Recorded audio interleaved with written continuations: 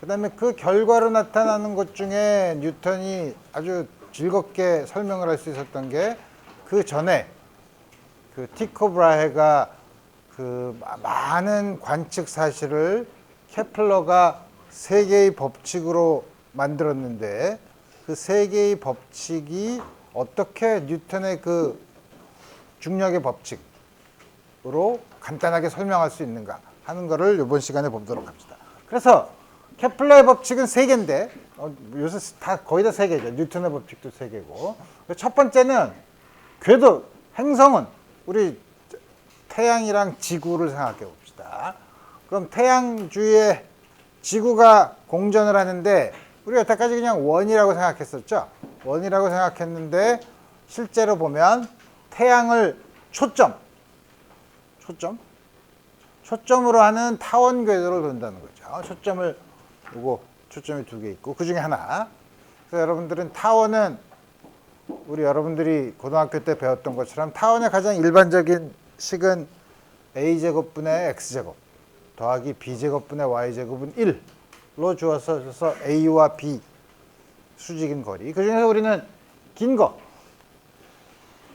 거만이 우리 필요해요. 그래서 요 긴 거의 요 반을 a라고 하면 a는 우리가 장축, 영어로는 메이저 엑시스라고 불러요. 메이저 엑시스라고 하고, 물론 요거는 마이너 엑시스라고 부르겠죠. 그래서 이렇게 타원 궤도를 돌더라 이거예요. 물론 원은 타원의 특별한 경우죠. 뭐냐면 두 개의 초점이 한 개로 접근해서 일치하는 경우가 원궤도죠. 그래서 이걸 어떻게 구하냐? 사실 여러분들한테 유도를 하지는 않지만 그 물리학과에서 이제 고전력학이라고 해서 이걸 좀 더 정량적으로 배우는 데서는 힘이 r제곱분의 1의 힘, 뉴턴의 중력을 받으면은 둘 사이에서 원운동을 하면 둘 사이에서 이렇게 어디 멀리 벗어나지 않고 이렇게 속박된 운동을 하면 그 한 궤도는 반드시 타원을 이룬다 라고 우리 유도를 할 수 있어요. 우리 그건 그냥 받아들이도록 하고. 그래서 타원이 나오면 우리 몇 개 타원에 대한 용어를 우리 한번 보도록 합시다. 그래서 우리 그럼 지구도 태양 주위를 이렇게 타원 궤도를 돌 거냐? 근데 다행스럽게도 지구는 거의 원궤도를 돌아요. 거의 원궤도를. 그러니까 원이랑 그럼 이렇게 찌그러진 타원이랑 도대체 어떻게 구별을 하느냐? 그래서 보면 중심에서부터 이 끝까지 거리를 장축, 이걸 A라고 하면 초점에서부터 요 중심까지의 거리를 A에다가 2를 곱한 양. 여기 2를 20률, 중심에서 벗어난 비율이라는 거죠. 중심에서 벗어난, 영어로는 eccentricity라고 해서 되게 eccentric 하면 약간 이상하다는 뜻이지만 우리 이렇게 앞에 있는 2자를 따서 20률.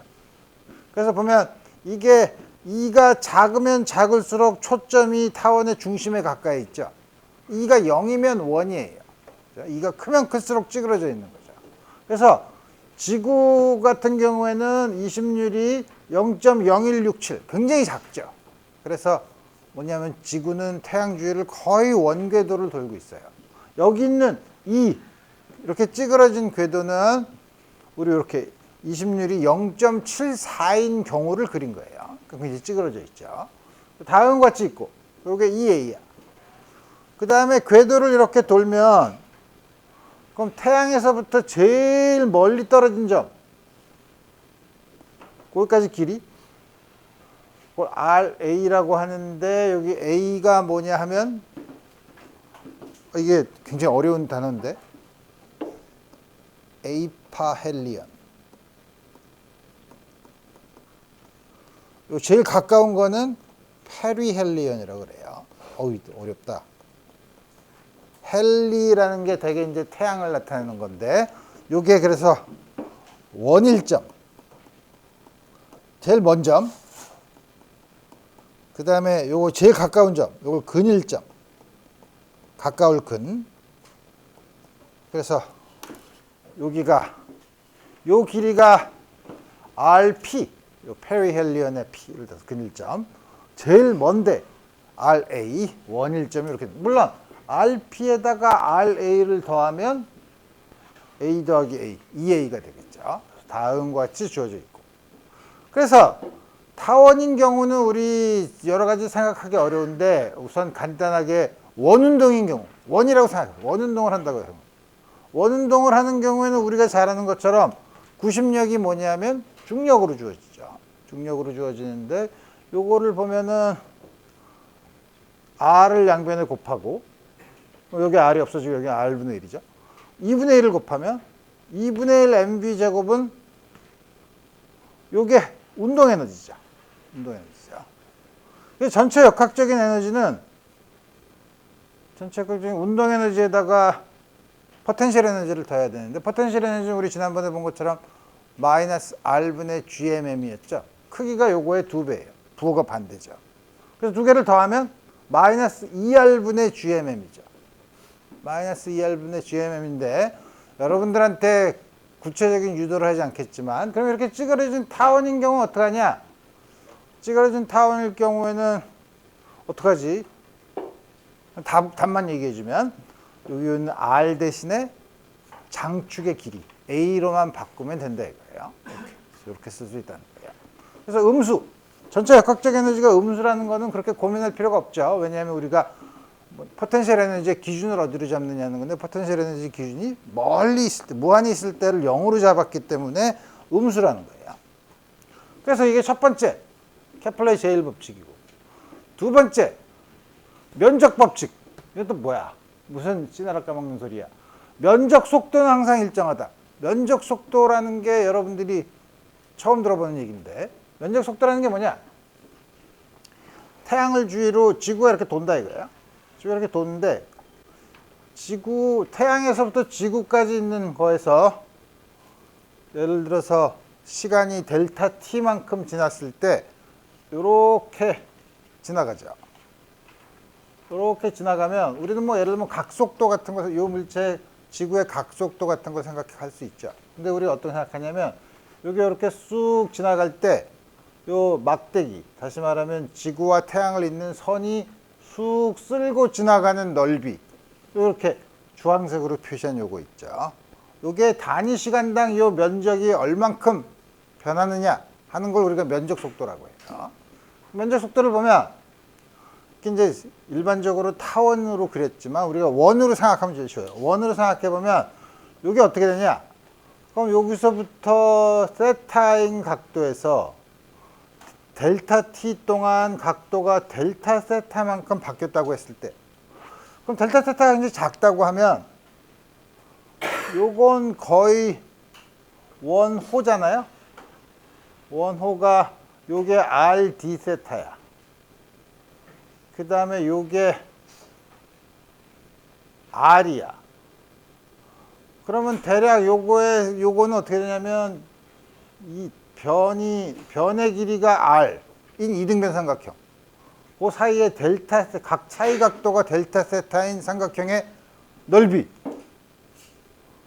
이런 건 중학교 때 하지 않나? 가만히 있어보자. 2분의 1 R제곱 R 곱하기 넓이죠. 밑변 곱하기 높이의 반 2분의 1 R제곱 델타 세타. 그래서 이 양변을 델타 t 동안 이렇게 바뀐다면 양변을 델타 t로 나눠주고 델타 t를 0으로 보내는 극한을 취하면 미분으로 쓸 수 있죠. dA dt. 이게 바로 면적 속도죠. 면적에 대한 시간의 변화. 2분의 1 R제곱 d 세타 dt. 어라? 이게 각속도죠. 2분의 1 R제곱 오메가예요. 그래서 다음과 같은 거를 케플러가 법칙으로 했는데 뉴턴이 잠깐만 있어봐. 원운동을 하면 우리 요걸 중심으로 하는 각운동량은 물론 타원일 때는 R 곱하기 이거지만 R 곱하기 P, R의 수직인 양의 성분, R 곱하기 mv 법. 그래서 우리 원운동이라고 생각하면 이게 바로 V가 R 오메가니까 다음 것에서 M R 제곱 오메가죠. 우리 잘 아는 원운동을 할 때 중심에 대한 각운동량이에요. 그러고 나서 요거랑 요거를 비교해 보니까 어라? R제곱 오메가가 똑같죠. 그러니까 서로 비례해요. 비례 상수가 어떻게 되냐면 L을 2M으로 나눠주면 그게 바로 면적 속도죠. 그래서 면적 속도가 일정하다는 건 이게 일정하다는 거죠. 이게 각운동량. 지금 다음과 같은 경우에는 중심으로 각운동량이 보존되니까 각운동량이 보존되면 면적 속도가 일정하게 되더라 하는 거랑 이제 똑같은 얘기죠. 이것까지는 아주 이제 이해하기 쉽고, 세 번째 주기 법칙은 이거 잘못 썼네. 이 한 바퀴 도는데 걸리는 시간이 주기인데 주기를 보니까 주기의 제곱이 반지름의 3승에 비례하더라 이거예요. 반지름의 3승에 비례하는데 우리 원운동을 할 때 보자 이거예요. 원운동을 할 때 아까 쓴 거랑 똑같잖아. 중력이 90력을 준다는 거죠. 90력이 R분의 mv 제곱인데 V가 R 곱하기 오메가면 이렇게 쓸 수 있고, 그 다음에 오메가가 각속도인데 오메가가 시간당 회전하는 각도, 거기다 한 바퀴 도는데 걸리는 시간이 t, 그게 주기인데 그걸 t를 곱하면 당연히 한 바퀴를 레디안으로 쓴 거죠. 2파이야. 그러니까 오메가는 2파이를 t로 나눈 거예요. 그래서 우리 이거를 여기다 집어넣으면 어떻게 되나? 이게 이거 양변에서 m을 없애고 오메가 제곱은 t분의 2파이의 제곱 r 3승분의 gm이죠. 그러니까 t를 이쪽으로 보내면 t 제곱은 거꾸로 보내면 4파이 제곱 4파이 제곱 여기 아니죠. 다시 t 제곱은 이쪽으로 보면 r 3승이니까 4파이 제곱에 gm r 3승. 여기 있네. 여기 다른 것 같이 주어지죠. 근데 이게 타원 궤도일 경우에는 여기다가 역시 R 대신에 장축을 집어넣으면 된다 이거예요. 이건 아주 그 원운동에 대한 특징만 알면 쉽게 우리 알 수 있는 거죠. 쉽네. 그래서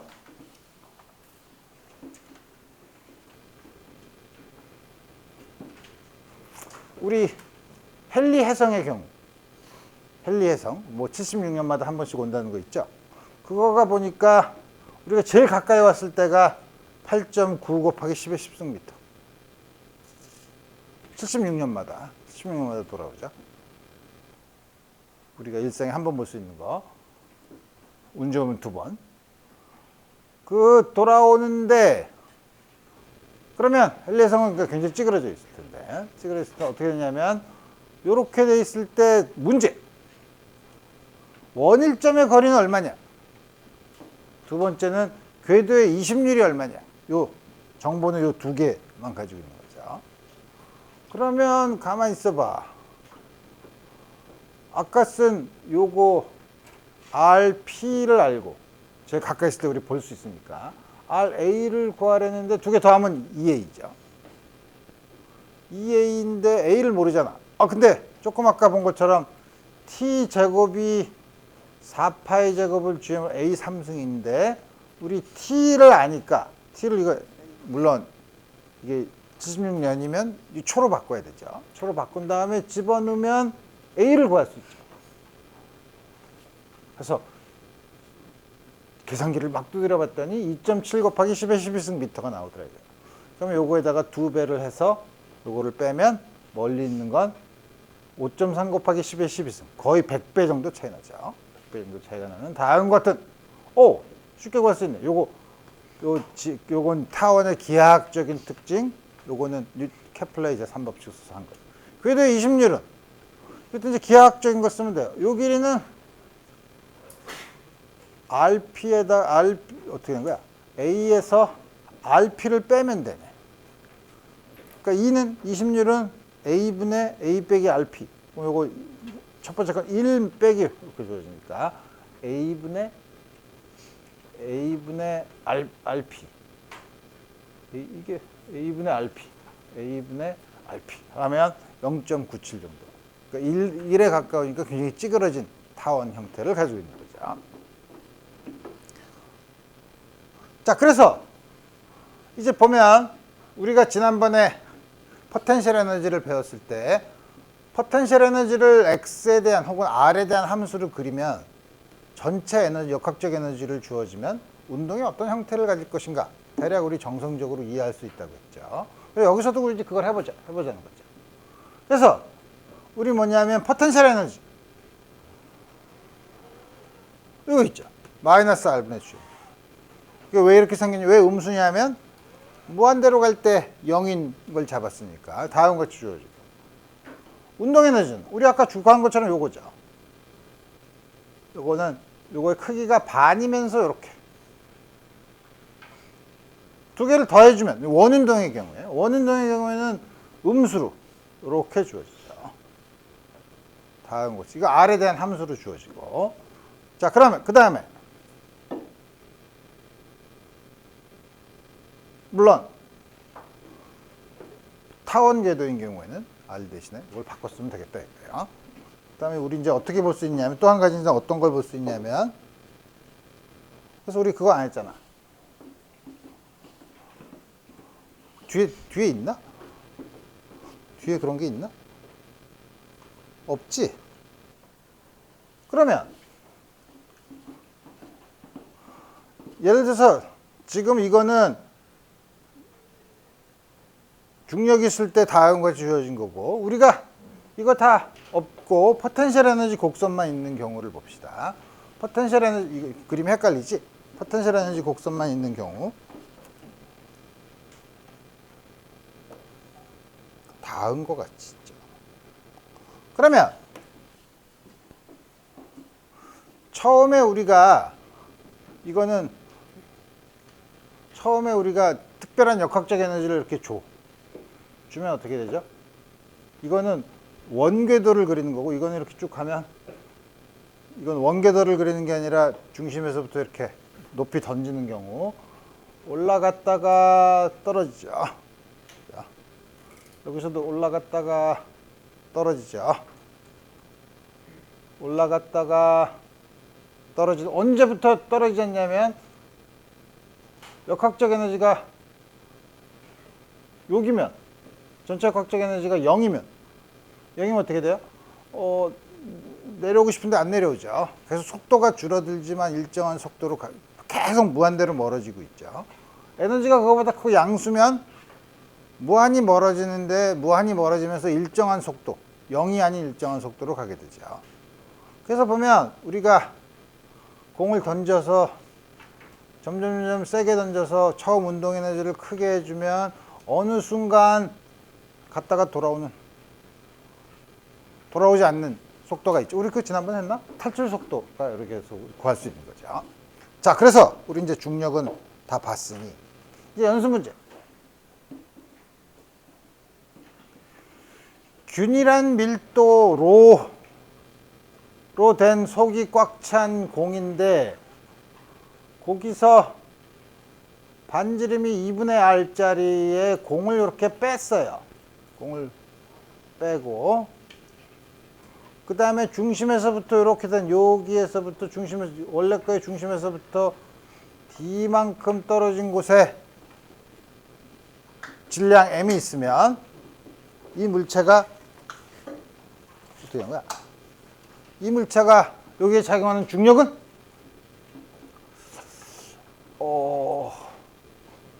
이거를 그럼 잘게 나눠서 각자가 하는 중력을 보면 대칭성이 있으니까 이쪽 방향으로만 작용하겠네. 근데 그렇게 복잡하겠네. 그렇죠. 그렇게 복잡하죠. 그래서 우리 지난번에 이런 비슷한 문제를 어디서 했었냐면 원판에서 질량 중심 구할 때 이런 거 비슷한 문제 했죠. 원판에서 그 중에 일부를 빼냈을 때 그게 나머지 질량 중심이 어딨냐. 뭐 이런 거 할 때 우리 어떻게 했죠? 일단 집어넣어. 그래서 전체 동그랗게 만든 다음에 그 나머지 거에 대한 질량 중심을 고려했었죠. 그럼 여기서도 우리가 꼭 채우면, 똑같은 걸로 꼭 채우면 공이잖아요. 여기서 작용하는 중력을 쉽게 구할 수 있고, 그 다음에는 요거가 주는 중력을 꽉 찼을 때 주는 중력이 없는 거죠. 그걸 빼면 되죠. 그럼 우리 간단하게 우리 할 수 있죠. 그래서 우리 첫 번째 꽉 찼을 때 힘은 이쪽 F1. 우리 이쪽 방향을 양의 방향으로 잡으면 양의 방향으로 잡으면 그러면은 마이너스 어떻게 되는 거야? 속이 꽉 찼는데 껍질 정리에 의하면 r 제곱분의 아니지 d 제곱이지 d 제곱분의 g m 이거 m을 어떻게 쓰지? 3분의 4 파이 r 3승 로 그러면 F2는 꽉 찼을 때는 마이너스 거리가 얼마야? 꽉 찼을 때 중심이 오니까 거리가 얼마인가? D에서 2분의 R을 뺀 거네. D에서 2분의 R을 뺀 거예요. R 제곱분의 G M 3분의 4파이 로 이제 반지름이 이제는 2분의 R의 제곱이죠. 다음과 같이 주어 있어요. 그래서 실제 우리 받는 힘은 F1에서 F2를 빼면 되죠. 그죠? 이거는 마이너스 3분의 4 파이 R 3승 로 GM에다가 D제곱분의 1에서 빼기 이거 얼마야? 4가 아니네. 이게 8이네. 그죠? 8이죠? 8에 3승인데? 뭘 잘못 썼지? 8에 3승. 그러니까 8 D-R 나누기 2의 제곱분의 1. 다음과 같이 구할 수 있다. 그리고 앞에 있는 마이너스 부호는 잡아당기는 방향. 우리 다음과 같이 우리 구할 수 있죠. 좋아.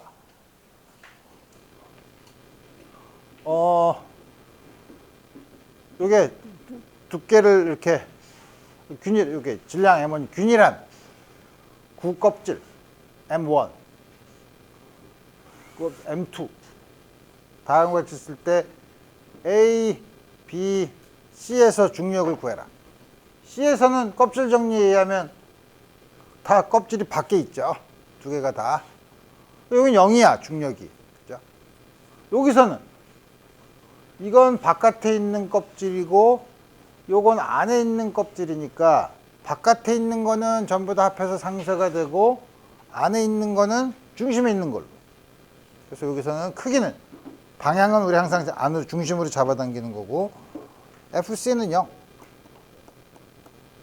FB는 얼마야? B 제곱분의 G M M1. FA는 이제는 두 개의 껍질이 전부 다 여기서 이렇게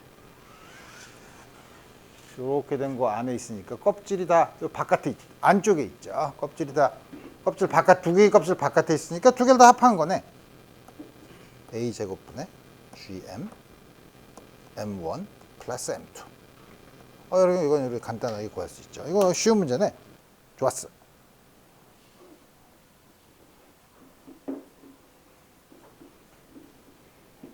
이거는 이제 우주를 관측을 했더니 우리가 사실 천체 물리에서 많이 보는 거죠. 이제 블랙홀이라는 게 있어요. 블랙홀이 뭐냐면 하도 질량이 커서 되게 질량이 태양보다 한 6배 정도보다 더 크면은 블랙홀이 되는데 블랙홀이라는 게 뭐냐면 그 안에 있는 빛이 하나 바깥으로 나오지 않죠. 그 말이 어렵지. 그렇지만 우리 쉽게 얘기하면 안 보여요. 안 보이는 물체야. 근데 그래서 천체를 관측을 해봤더니 어느 한 별이 원운동을 하더라 이거예요. 희한하지? 별이 왜 혼자서 원운동을 해? 이상하죠? 그러면 틀림없이 안 보이는 어떤 물체랑 두 개가 이렇게 결합이 돼서 원운동을 하는데 요거는 안 보이는 거. 그래서 블랙홀일 수가 있는 거죠. 그래서 우리가 블랙홀 찾을 때 처음에 이런 식으로 찾아요. 어떤 별이 혼자서 쓸데없이 원운동을 해. 그런 걸 찾는 거죠. 그럴 때 우리 요거의 질량은 대략 얼마인지 알고 도는 속도도 속력도 알고 한 바퀴 도는 주기를 알면 안 보이는 물체의 질량을 추정할 수 있을까 하는 게 바로 이 문제예요. 자, 근데 우리가 물론 타원 궤도를 그리지만 우리 쉽게 원궤도라고 합시다. 원궤도를 그릴 때 우리 지구와 태양의 경우에는 태양이 워낙 질량이 크니까 태양을 중심으로 해서 원운동을 한다고 하지만 두 개의 별이 예를 들어서 질량이 비슷하면 어떻게 되죠? 일단 원운동을 해요. 원운동을 하는데 어디를 중심으로 하냐? 한 별을 중심으로 하는 게 아니라 질량 중심에 대해서 원운동을 하죠. 질량 중심에 대해서 항상. 왜냐하면 이 두 개가 잡아당기는 힘은 중력밖에 없는데 중력은 서로 이 내부 힘이니까 합해서 항상 요거에 작용하는 힘, 요거에 작용하는 힘, 전체 합해서 작용하는 힘은 0이니까 운동량이 보존이 돼야 되죠. 운동량이 보존된다는 건 질량 중심의 위치가 변하지 않는다는 거죠. 질량 중심 위치가 있으려면 요게 질량 중심에 대해서 원운동을 하고 있어야 된다. 알았어. 그러면 이제 봐야지.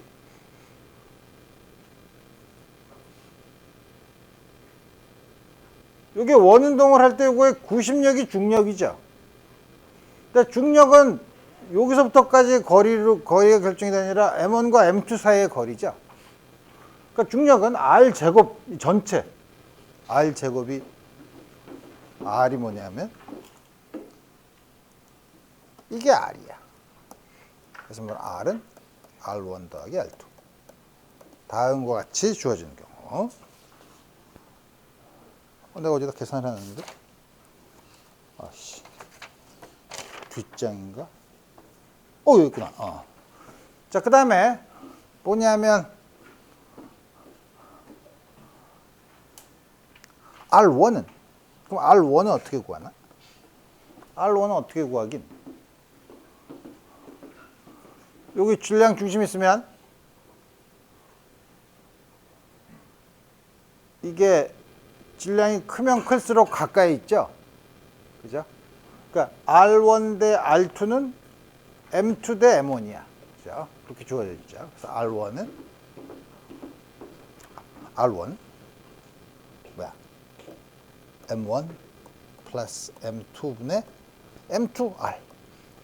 다음과 같이 쓸 수 있고 R을 쓰면 M2분의 M1 플러스 M2R1. 다음과 같이 쓸 수 있죠.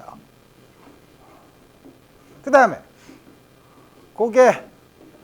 요거는 구심력이 중력으로 주어진 요게 R이고 요게 도는 거는 여기로 각속도 오메가로 두면 M1 여기는 R1이죠.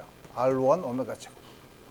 M1 R1 오메가가 아까 T분의 2파이라 그랬으니까 T분의 2파이 제곱. 다음과 같이 주어져 있고 약간 지저분한데 그러면은 여기서 R1은 또 R1은 어떻게 구하지? R1은 가만히 있어보자. 속도랑 주기를 아니까 주기는 한 바퀴 도는데 걸리는 시간이죠. 근데 한 바퀴가 2파이 R1이네. 한 바퀴가 2파이 R1이네. 이거를 속도 V로 나누면 이게 T네. 그죠? 주어졌어. 됐어. 그러면 여기 요 식에서 M1을 없애. M1을 없애. 그 다음에 G, M2 우리가 알고 있는 거 R1 전부 다 원으로만 쓰고 싶은데 R2가 역수니까 요걸 쓰면 M1 플러스 M2의 제곱 R1 제곱분의 M2 제곱이야. 그죠? 오른쪽은 R1 2파이 나누기 T가 얼마야? 이걸 내가 써야 되나? 2파이 나누기 T가 V를 R1으로 나눈 거네. 그죠? 그렇게 쓸까? 아니, 꼭 그렇게 쓸 필요는 없잖아. 그냥 써도 될 것 같은데? 2파이 R1 2파이 나누기 T의 제곱으로 써도 될 것 같은데? 2파이 나누기 T의 제곱. 뭐 그렇게 굳이 따르겠어. 자, 그러고 나서 봤더니 G M2의 3승. 오, 그렇게 복잡해지네. M1 플러스 M2의 제곱 2파이 나누기 T의 제곱. 이게 R1 제곱이 이런 거 R1의 3승이니까 R1의 3승은 R1 여기서 R1은 BT를 2파이로 나누니까 R1의 3승이야. 오, 드디어 R1도 없앴어. 그럼 이거는 2파이의 제곱이 분자에 있고 2파이의 제곱이 분모에 있으니까 분모에 2파이. 그 다음에 B 3승 T 됐네. 되게 뭐가 돼? 다음 것이 됐죠. 그리고 우리 요 관계가 있죠. 그래서 우리 여기서 G 알고 M1 알고 B 알고 T 알죠. 그럼 이걸 풀려면 3차 방정식이죠. M2에 대한 3차 방정식이죠. 3차 방정식을 풀기가 어려운데 그래서 내가 요새 컴퓨터에서 이런 거 푸는 프로그램이 많이 있으니까 이렇게 해서 풀어보면 이게 3차 방정식이야. M2에 대한 계산하면 대략 얼마더라? 있었는데 여기 뭐 답이 혹시 있지 않을까? 답! 대략 M1의 9배 정도가 나오더라 이거예요. M1의 9배면 대략 비슷한가? 어쨌든 다음 것이 주어지더라 이거예요. 3차 방정식 푸는 거. 아까는 블랙홀을 구하는 문제라서 어려운데 이거는 가운데 라지 M의 행성 그 다음에 이런 일은 있을 수 없지만 똑같은 별이 있는데 반대 방향에 있어요. 반대 방향에 있으면서 같은 반지름으로 원운동을 해요. 이럴 때 이 별이 한 바퀴 도는데 걸리는 시간, 즉 주기는 그러면 이게 원운동을 하니까 구심력은 중력이네. 근데 중력은 요게 잡아당기는 게 있고 요게 잡아당기는 게 있죠. 그리고 두 개를 더하면 되죠. 그래서 구심력은 M R 오메가 제곱은 왼쪽에다가는 합해야지. 하나는 R 제곱분의 GMM. 이거는 2R만큼 떨어져 있죠. 플러스 R 대신 2R 4R 제곱분의 GM 제곱. 오메가는 M은 다 하나씩 없어지고 오메가 제곱은 R로 나누면 G R 3승 M 더하기 4분의 M. 근데 이게 얼마냐면 아까 뭐라 그랬죠? 2파이 나누기 T의 제곱이라 그랬나? 그렇죠. 그러니까 거꾸로 하면 T 나누기 2파이는 이 역수로 쓰면 되겠네. 그럼 T 2파 역수의 스퀘어 루트죠. G M 플러스 4분의 M. 어떻게 복잡하지만 R 3승. 다음과 같이 우리 구할 수 있죠. 이거 뭐 그렇게 뭐 그림만 보면 이거 좀 어려운데.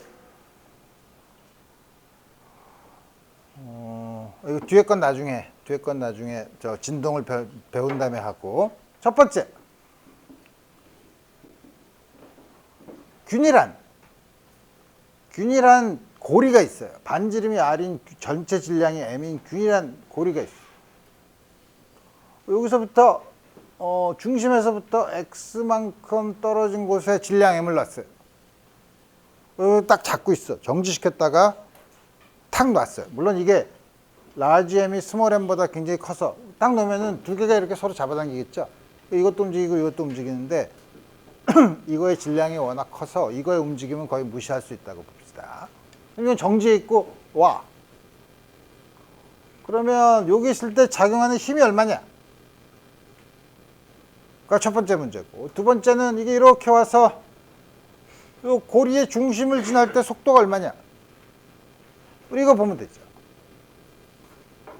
그러면 첫 번째는 여기서 두 번째 거는 속도는 이거는 중력만 작용하니까 중력은 보존력이니까 이 개가 역학적 에너지가 보존된다는 걸 알 수 있죠. 그러니까 여기서 다시 말하면 여기 정지해 있을 때 이 포텐셜 에너지가 여기 왔을 때 요점에서의 포텐셜 에너지 더하기 이물체의 운동 에너지랑 같다고 하면은 우리 속도를 우리 구할 수 있을 것 같고 힘은 어떻게 구하나?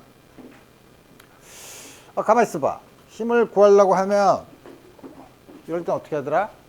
연속적인 물체네. 연속적인 물체는 어떻게 하라 그랬더라? 잘게 나눠서 그 중에 일부분이 여기에 작용하는 힘. 그럼 이게 있으면 이쪽 방향이네. 요 각도를 세타라고 하면 이것도 세타죠. 그러면 돌 때마다 힘이 막 바뀌니까 힘을 다 더하려면 더럽게 복잡하네. 그러나 우리 이럴 때 뭐냐면 대칭성이 있다 그랬죠. 대칭성이 있으니까 그래? 그러면 요거랑 이렇게 반대에 있는 게 작용하는 힘은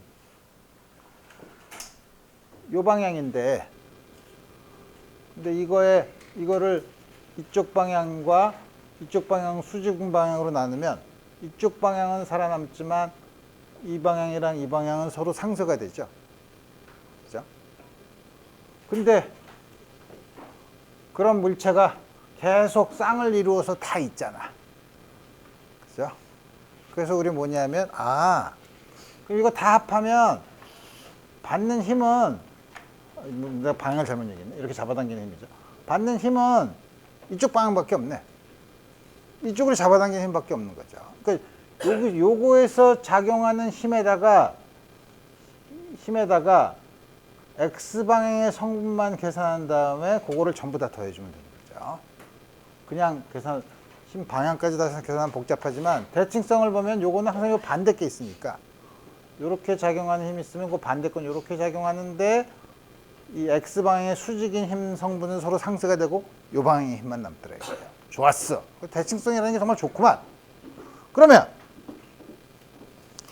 요 작은 게 주는 힘은 DF는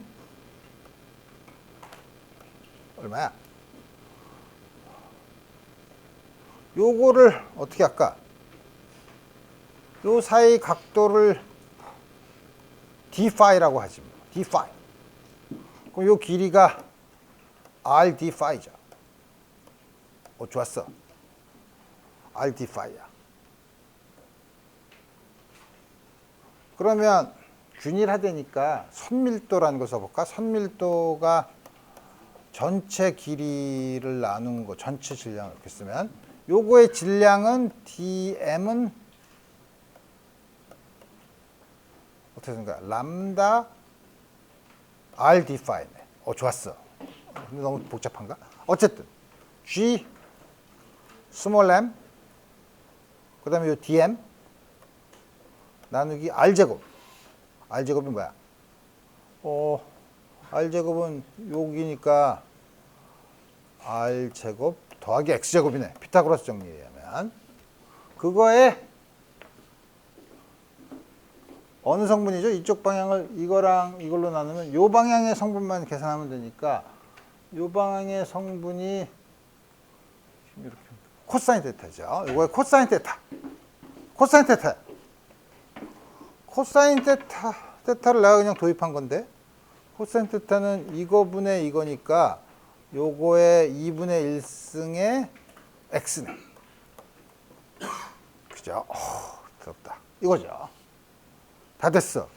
근데 gmx r제곱 플러스 x제곱 계산이 좀 복잡하긴 하지만 dm만 바꿨으면 되지. dm은 람다 r d파이야. f는 파이를 모든 값에 대해서 적분해주면 되죠. 파이가 0부터 2파이까지죠. 근데 앞에 있는 거는 파이에 대해서는 다 상수죠. 그러니까 그냥 적분하면 돼. 이게 2파이야. 그럼 2파이 람다 r이 m이죠. 라지 m이죠. GMM R제곱 플러스 X제곱 오버 2의 X. 굳이 방향까지 하면 마이너스죠. 그죠? 잡아당기는 거. 다음과 같이 힘을 계산할 수 있고. 이게 맞나? 좋았어. 그러면 X가 굉장히 작으면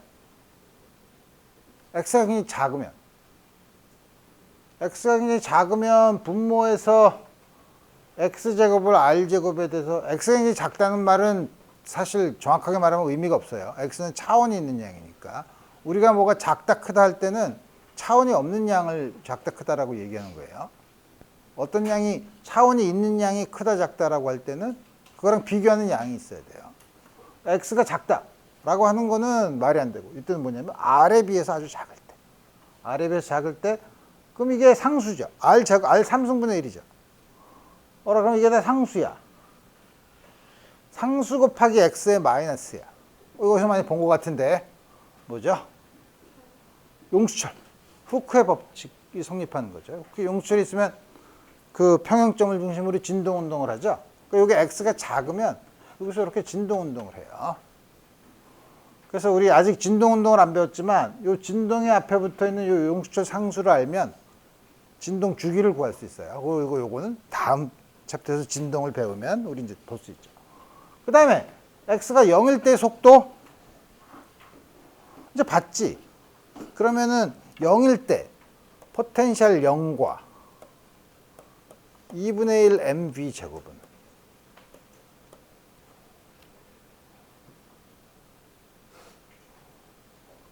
ux인 거 아니야. 그죠? 근데 u를 계산해야 되네? u는 어떻게 계산하지?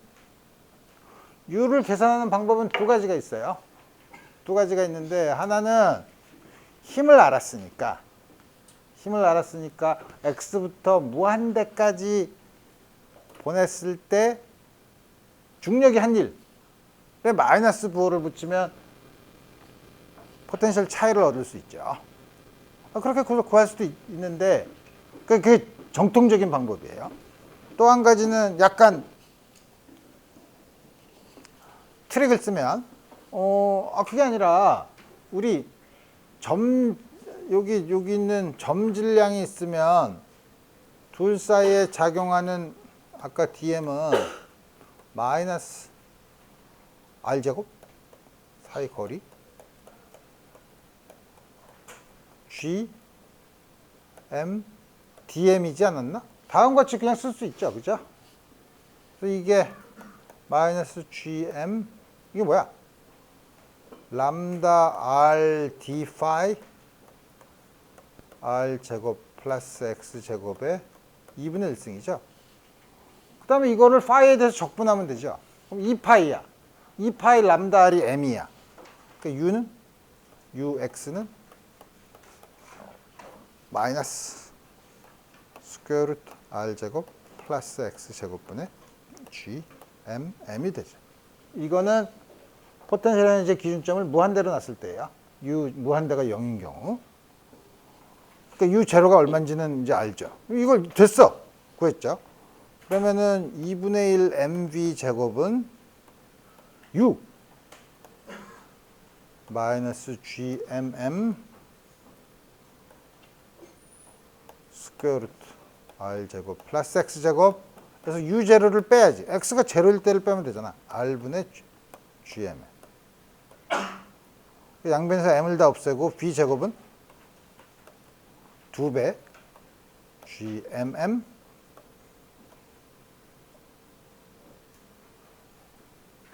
r로 나누면 1 빼기 r 제곱 x 제곱. 그러니까 b는 스퀘어 다음과 같이 구하면 되죠. x가 제로일 때 x가 제로일 때 그렇지. 다음과 같이 되죠. x가 제로일 때 가만히 거기서 나오면은 속도가 0인 걸 알 수 있잖아. 오케이. 잘했어. 자, 그러면 지구 중심의 포텐셜 에너지 이걸 할까 말까. 조금 아까 한 거. 그럼 아까처럼 지금 우리가 두 점질량 사이의 포텐셜 에너지가 마이너스 R분의 GMM이라는 걸 썼는데, 그러지 말고 무식하게 힘을 적분해서 하면, 그 중에서 그러면 지구가 있으면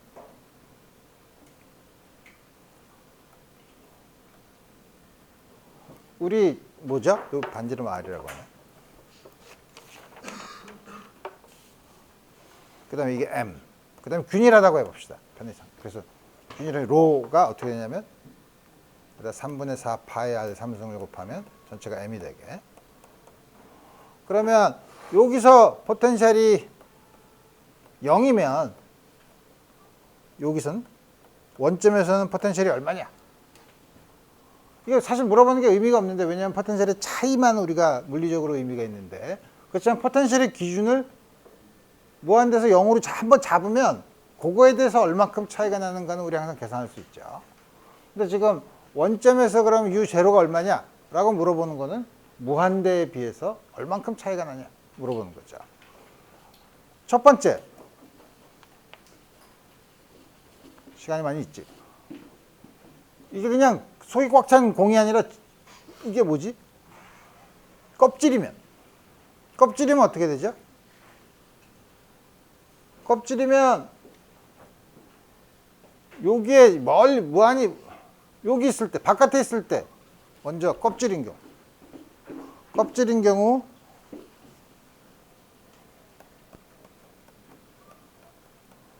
R이 R보다 크면 어떻게 되죠? 껍질 정리에 의해서 모든 질량이 중심에 모여 있는 것 같잖아요. 그러니까 바깥에서는 UR이 마이너스 R분의 GMM이야. R보다 작을 때는 힘이 0이죠? 힘이 0이라는 건 뭐예요? 일단 요 안에 들어와서 별짓을 다 해도 포텐셜 에너지가 변하지 않죠? 왜? 이 안에 힘이 0이니까. 그러니까 이 안에 포텐셜은 일정해요. 똑같아. 값이 뭐랑 같은데? 표면에서의 값이랑 같아야 되겠죠. 이게 R분의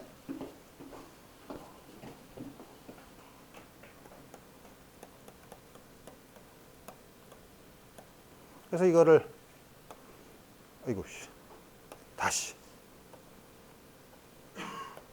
UR을 그리면 R 마이너스 R분의 GMM 안쪽에서는 일정하죠. R 일정한 값이 얼마냐면 이거죠. 근데 균이랑 공으로 꽉 차 있으면 이제는 힘을 계산을 해야지. R이 R보다 작을 때는 반지름 R이 있는 경우에 힘의 크기만 보면 이게 어떻게 되죠? 껍질이 G 요게 M이라고 하면 M R 제곱분의 GMM 3분의 4 파이 로 R 3승. 그래서 R 제곱 R 3승. 그래서 우리 3분의 4 파이 로 GM R. R에 비례하죠. 우리가 봤죠. 그 다음에 R이 R보다 크면 이거는 전체 껍질, 역시 껍질 전체가 중심에 있는 거랑 같으니까 R 제곱분의 GMM이야. 물론 요것도 글 쓰면 요게 3분의 4파이가 뭐냐 하면 로가 R 3승분의 M이지. 그러니까 이거는 GMM R 3승분의 R. 요거는 R 제곱. 그러니까 힘을 그려보면 힘은 크기만 R에서 바깥에서는 R 제곱으로 안쪽에서는 직선으로 이렇게 주어지는 거죠. 자, 그러면 이제 어떻게 하냐면 포텐셜 에너지를 구하려면 여기서부터 0에서부터 무한대까지 쭉 가는 경로에 따라서 중력이 한 2를 계산하면 되죠. 그거에 마이너스 부를 붙이면 되죠. 그래서 포텐셜 에너지의 변화는 처음에는 마지막이 유무한대. 처음이 0. 0에서부터 이렇게 갈 거예요. 0에서부터 이렇게 가는데. 마이너스. 인테그랄. 한 1. 근데 두 개로 나눠서 써야 되네. 왜냐하면 요 안에서는 0부터 r까지는 r 3승분의 gmmr 곱하기 dr인데 r과 f의 방향이 반대니까 이렇게 써야 되죠. 그것도 마찬가지로 여기서 r부터 무한대까지는 r제곱분의 gmm dr이야. 부호가 바뀐 거는 힘과 dr이 f 곱하기 dr의 부호가 반대해야 되죠. 왜냐하면 잡아당기고 r은 늘어나는 거니까. 이렇게 쓰면 드디어 됐다 이거야. 이게 0이, 그럼 이걸 계산하면 이게 어떻게 되는 거야? 요건 상수니까 이건 2분의 r제곱. 그러니까 2r분의 gmm. 이거는 마이너스 r분의 gmm인데 무한대를 집어넣으면 0, r을 집어넣으면 플러스 r분의 gmm. 2r분의 3 gmm. 요게 무한대, 요건 0이죠. 우리 기준점을 바깥을 0으로 놨으니까. 그러니까 u0는 마이너스 2r분의 3 gmm. 다음과 같이. 그래서 보면 포텐셜을 그려보면 셀이 무한대일 때 0, 그 다음에 r. 안쪽에서는 2분의 r제곱으로. 그러니까 마이너스니까 포텐셜이 마이너스 2분의 r제곱 맞나? 바깥에서는 잘못 그렸네. 그릴 수 있죠. 그리는 건 여러분들이 하면 되고. 자, 그래서 이제 우리 드디어 중력에 대해서 다 했고 14장은 우리 유체역학 우리 했었고 15장 진동. 지금부터 약간 다른 형태의 운동을 우리 기술해 볼 거예요. 다른 형태의 기술이라는 게 진동.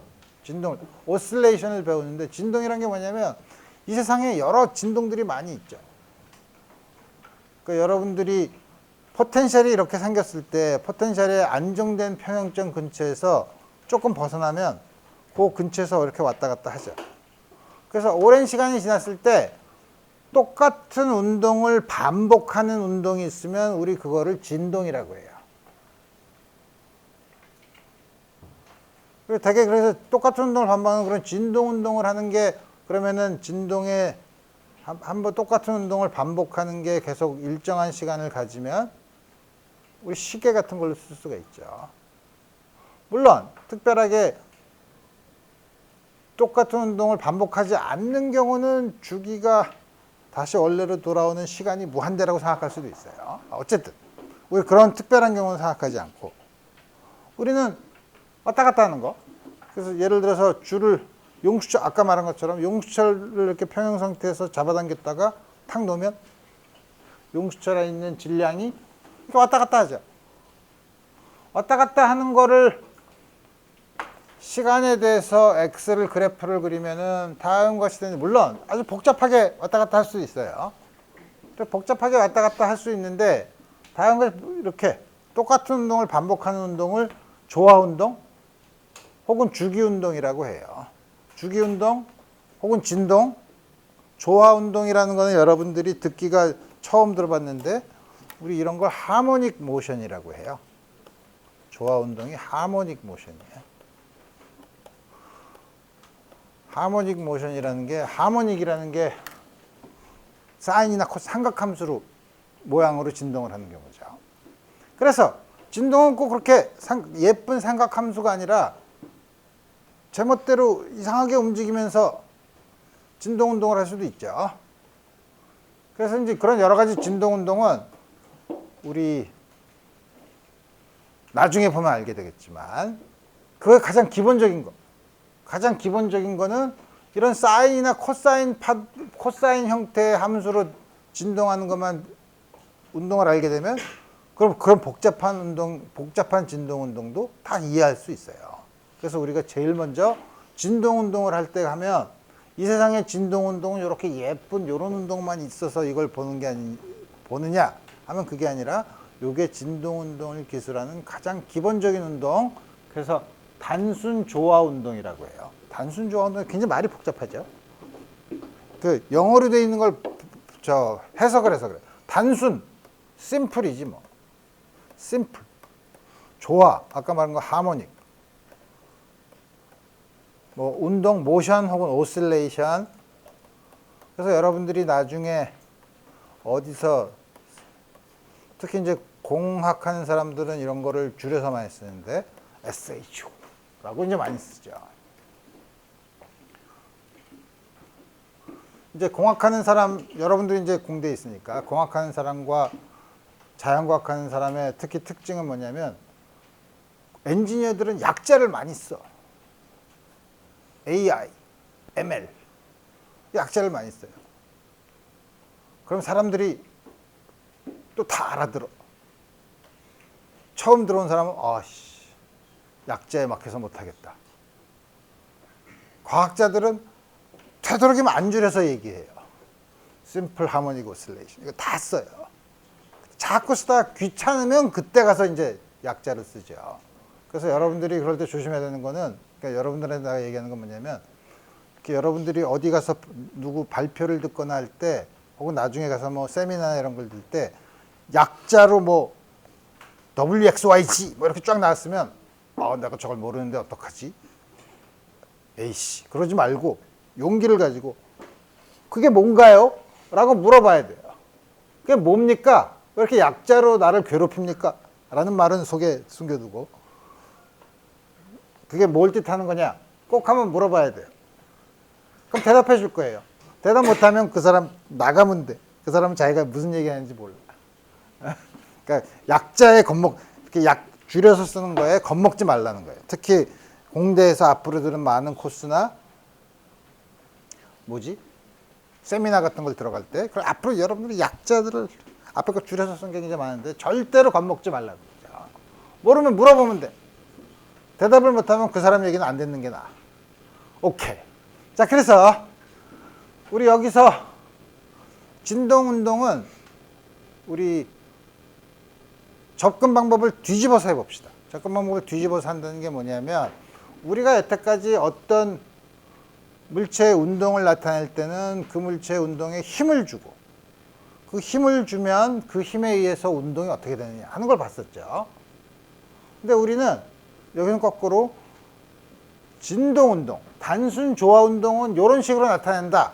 그래서 이 형태를 먼저 보고 이 형태가 되려면 어떤 힘을 주어야지 이런 형태의 진동운동이 나타날 수 있는가로 거꾸로 우리 한번 생각해 봅시다. 그래서 우리 보통 단순 조화 운동은 흔히 이렇게 써요. XM 코사인 오메가 T 플러스 5 이렇게 써요. 단순 조화 운동은 삼각함수로 나타낸다 그랬죠? 삼각함수 코사인 삼각함수는 사인도 있잖아요. 그치, 사인도 있지. 이거 사인으로 써도 돼요. 사인과 코사인은 45도 이동, 4분의 파이만큼 이동한 거죠. 그리고 이동하는 것만 하면 코사인으로 쓰면 사인으로 썼던 거를 위상만 조금 이동시키면 되죠. 그리고 코사인으로만 써도 된다는 거예요. 그래서 좀 이따 얘기하면, 그래서 우리 가장 그냥 표준적인 형태를 이렇게 써요. 물론 사인으로 써도 돼요. 그렇지만 우리 서로가 혼동을 없애기 위해서 다음과 같이 쓰자 이거예요. 진동운동은 다음과 같이 써요. 자, 그러면 다음과 같이 쓰면 처음부터 복잡한 게 나왔으니 뭐 많이 있죠. XM 오메가 T5. T는 시간. 이제 각각에 대한 용어가 있는데, 진동에서 나오는 용어가 있는데, 용어를 봅시다. 앞에 있는 XM. 요거는 뭔진 모르지만 T가 변할 때 코사인 함수는 마이너스 1부터 1까지죠. 그러니까 이 양의 최대값은 XM, 최소값은 마이너스 XM이죠. 그러니까 마이너스 XM부터 XM까지 왔다 갔다 해요. XM을 우리 편의상 양수, 뭐 음수여도 되지만 양수라고 우리 생각을 해보면 이거는 최대값이죠. 이 진동운동을 할 때 이룰 수 있는 최대값 혹은 마이너스 부호를, 이거 물론 절대값이 최대값이죠. 절대값에 마이너스 부호를 붙인 게 최소값이죠. 그리고 최대값을 진폭이라고 해요. 영어로는 amplitude라고 해요. m이라고 쓴 건 진폭의 맥시멈, x의 맥시멈이라고 해서 xm이라고 흔히 써요. 진폭. 이게 아무리 커봤자 이게 양수라고 하면 xm. 최소는 마이너스 xm이죠. 자, 그 다음에 삼각함수 안에 있는 요거. 삼각함수는 요 안에 있는 게 차원이 없는 각도양이죠. 각도를 위상, 페이스라고 불러요. 요 안에 있는 전체를 페이스라고 불러요. 근데 페이스 중에 시간에 의존하는 부분이 있고 시간에 의존하지 않는 부분이 있죠. 시간에 의존하지 않는 부분이 상수죠. 그래서 이걸 위상상수, 페이스 컨스턴트라고 불러요. 시간에 의존하는 부분. 시간에 의존하는 부분은 그냥 t라고 쓰지 않고 앞에 오메가를 붙였네. 왜냐하면 요 안에 있는 거는 차원이 없는 수죠. 각도는 차원이 없는 수죠. 시간은 시간의 차원을 가지고 있죠. 그러니까 뭔가 곱해서 이 양은 시간 차원이 없는 양으로 만들어줘야 돼요. 그러기 위해 앞에 이걸 붙였어요. 그러니까 이건 당연히 시간의 역수겠죠. 시간의 역수로부터는 이 오메가를 우리가 각 진동수 앵글러 프리퀀시라고 불러요. 각 속도랑은 좀 약간 다르죠. 똑같은 오메가를 쓰지만 앞에 회전에서는 각 속도였지만 여기서는 각 진동수 앵글러 프리퀀시 오메가로 써요. 자, 이제 용어는 다 알았죠. 용어는 다 알았는데 그럼 이게 진동을 하니까 아까 뭐 예를 들어서 최대값에서 xm에서 진동을 했다 다시 xm까지 왔다가 반복을 하는데 그럼 처음 xm에 있다가 그 다음에 xm까지 올 때까지 걸리는 최소 시간은 그 다음까지 오는 거는 그 최소 시간의 2배, 최소 시간의 3배. 그러니까 원래 있는 위치로 다시 돌아오는데 원래 있는 위치와 원래 있는 속도로 고점에 돌아오는 거는 걸리는 최소 시간을 우리가 주기라고 불러요. 주기 어떻게 계산하냐? t만큼 지났을 때 처음이랑 같으려면 t에서 우리 편의상 파일을 0이라고 놓고 t인데 t보다 t만큼 t 플러스 t만큼 주기만큼 지났을 때 처음 거랑 같으면 되죠. 그러면 오메가 t 플러스 t가 앞에 있는 거다. 이게 같은데 안에 있는 변수가 다르면 코사인 함수가 주기가 2파이죠. 2파의 정수 배면 되는데 최소한의 걸 보면 2파이만큼 커지면 되죠. 그래서 오메가 t를 상수시키면 오메가 곱하기 라지 t는 2파이. 오메가는 2파이 나누기 t. t는 2파이 나누기 오메가. 우리 아까 각속도를 썼을 때랑도 아주 똑같은 표현을 얻게 되죠. 그래서 우리 보면 각 진동수를 알면 주기를 알 수 있어요. 주기는 2파이를 오메가로 나눈 거예요. 근데 또 주기 자 봐. 진동수라는 게 있어요. 진동수는 1초에 몇 번 흔들리냐 하는 게 진동수예요. 그러면 한 번 흔들리는데 걸리는 시간이 얼마냐? 그게 주기죠. 주기에다가 진동수를 곱하면 1이죠. 하나 주기는 한 번 움직이는데 한 번 왕복하는데 걸리는 시간이고 진동수는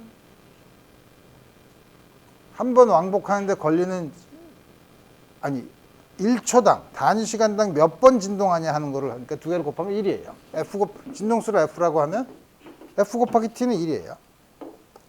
우리 진동수랑 주기를 정의한 걸 보면 당연한데 그래서 T의 역수니까 2파이 F로 써요.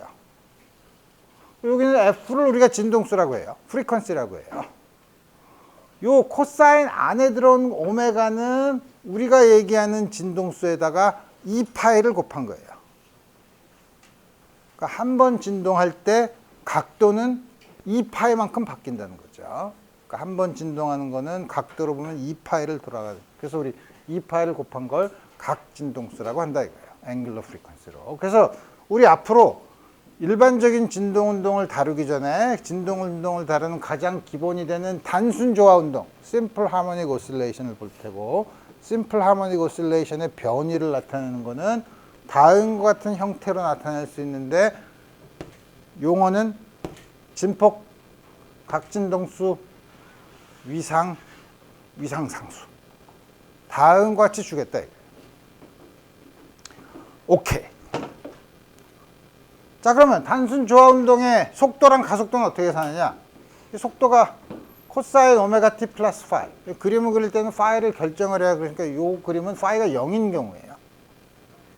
좀 아까 내가 그 얘기를 했었지.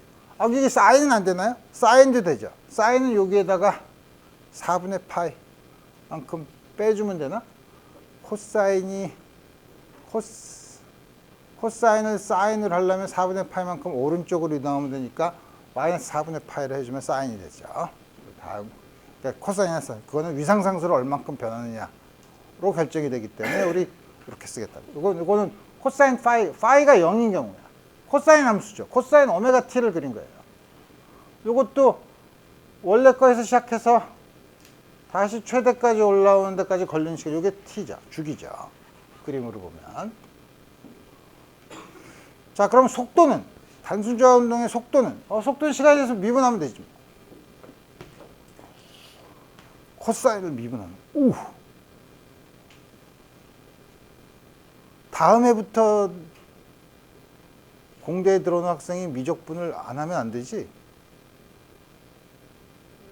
다음 해에 들어오는 신입생한테 이거 미분하면 이렇게 된다는 걸 가르칠 필요는 없지. 다 알죠? 다 알죠. 이렇게 되죠. 미적분을 안다는 건 정말 행복한 일이야. 자, 그래서 가속도는 이것도 한번 미분하면 되죠. 마이너스 오메가 제곱. 그래서 요거 그린 게 사인에다가 파이가 0인 경우, 이거 사인인데 부호가 반대고, 뒤에 거는 파이가 0이면 다시 코사인인데 부호가 반대. 여기 있는 게 요거랑 같네. 그죠? 그래서 요거를 여기다 집어넣으면 가속도는 변위에다가 마이너스 a 제곱을 곱한 거예요. 마이너스 오메가 제곱.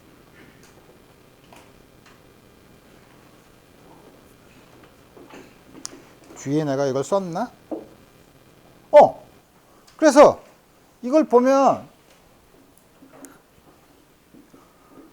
예를 들어서 어떤 물체가, 질량이 m인 물체가 있다고, m이 단순조화 운동을 한다면 양변에 m을 곱하면 m 곱하기 a는 힘이지 뭐. 힘은 마이너스 m 오메가 제곱 x. m 오메가 제곱이 상수죠. 용수철이 받는 힘이죠. 그 용수철 진동은 단순조화 운동을 해요. 그래서 우리 그거를 다음 그림에서 보면, 마찰이 없는 면에 한쪽에 용수철 상수 K인 거를 이렇게 한쪽을 무들어 놓고, 여기서 평행인 위치에서 X가 제로인 경우는 늘어나지도 않고 줄어들지 않았을 때 잡아 당겼다가 탁 놓으면 이거보다 더 늘어나진 않죠. 왜냐하면 역학적 보존 법칙에 의해서 여기가 역학적 에너지가 줬는데 왔다가 여기까지 왔는데 여기까지 더 가면 역학적 에너지가 보존되지 않죠. 물론 밑에 마찰이 있으면 이게 진폭이 줄어들겠죠. 진폭이 줄어드는 것도 좀 이따 할 거예요. 근데 처음부터 그거 하면 불편하니까, 마찰이 없는 경우 F는 MA야. 마이너스 KX죠. 근데 이게 단순조화 운동이야. 앞에서 본 건 마이너스 M 오메가 제곱이야. 용수철인 경우에는 용수철 상수와 질량만 알면 진동하는 각 진동수를 알아요. 어떻게? 이렇게. 그죠? n분의 k의 스퀘어 루트.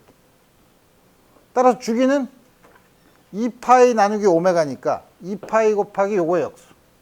근데 나중에 이렇게 두 개를 한꺼번에 쓰면 좋아. 지금은 잘 이해할 수 있어. 나중에 각진동수를 쓰라 그러면 이게 스퀘어 루트 n분의 k야, k분의 m이야. 예, 여러분 굉장히 헷갈려요. 나는 지금도 헷갈려. 요걸 외우는 게 훨씬 더 쉽죠. 오케이. 그러면 용수철인 경우에는 단순조화 운동을 하네. 그럼 단순조화 운동, 이거 용수철 운동이라고 생각하고, 포텐셜 에너지는 용수철 같은 경우에는 단순조화 운동을 하는, 포텐셜 에너지는 2분의 kx 제곱이잖아요. 근데 x가 단순조화 운동을 한데 포텐셜 에너지가 시간에 대한 함수죠. 운동 에너지는 2분의 mv 제곱이래. m 아까 오메가 제곱 마이너스가 있었지만 제곱을 하면 없으니까 오메가 제곱. 근데 어라? m 오메가 제곱이 k랑 같죠? 조금 아까 앞에서 했죠? 그러니까 이 두 개가 사인 제곱 앞에 개수랑 코사인 제곱 앞에 개수가 같아요. 근데 코사인 제곱 더하기 사인 제곱하면 1이죠. 그래서 보면 여기서도 이제 그림을 그렸는데 파일을 0으로 놓고 그리면 연두색이 포텐셜 에너지야. 코사인 제곱 오메가 t. 제곱을 했으니까 주기가 반으로 줄죠. 그죠? 그래서 이게 한 주기야. 제곱을 한 건. 그 다음에 운동 에너지는 처음에 늘어났다가 처음에 운동 에너지 0이었다가 증가했다가 사인 제곱. 그러니까 포텐셜 에너지랑 운동 에너지가 서로 교대로 커졌다 작아졌다 커졌다 작아졌다 하지만 그 합은 항상 일정한 거죠. 역학적 에너지는 보존되기 때문에 어느 순간에서도 역학적 에너지는 보존된다. 그래서 이거는 이 그림은 뭐야? 이 그림의 차이를 보려면 x축과 y축을 봐야 되죠. y축은 다 똑같은데 x축은 시간에 대한 함수고 이거는 위치에 대한 함수죠. 위치에 대한 함수니까 포텐셜 에너지는 2분의 1 kx제곱. 우리가 많이 봤던 거. 여기서 역학적 에너지가 주어지면 운동을 어떻게 하는지를 알고. 근데 역학적 에너지가 주어지면 전체 2에서 포텐셜 에너지를 뺀 양이 운동 에너지가 되죠. 그리고 이 두 개를 합하면 항상 이렇게 되게 다음과 같이 주어진다. 드디어 진동 운동에 대한 걸 봤으니 우리 이런 진동이 일어나는 게 단순히 용수철 뿐만 아니라 다른 어떤 진동 운동들이 있으며 그럴 때 거기에 대한 각진동수 혹은 주기가 어떻게 나타나는지 다양한 물리계에 대해서 다음 시간에 자세히 알아보도록 합시다. 오늘 여기까지 하겠습니다.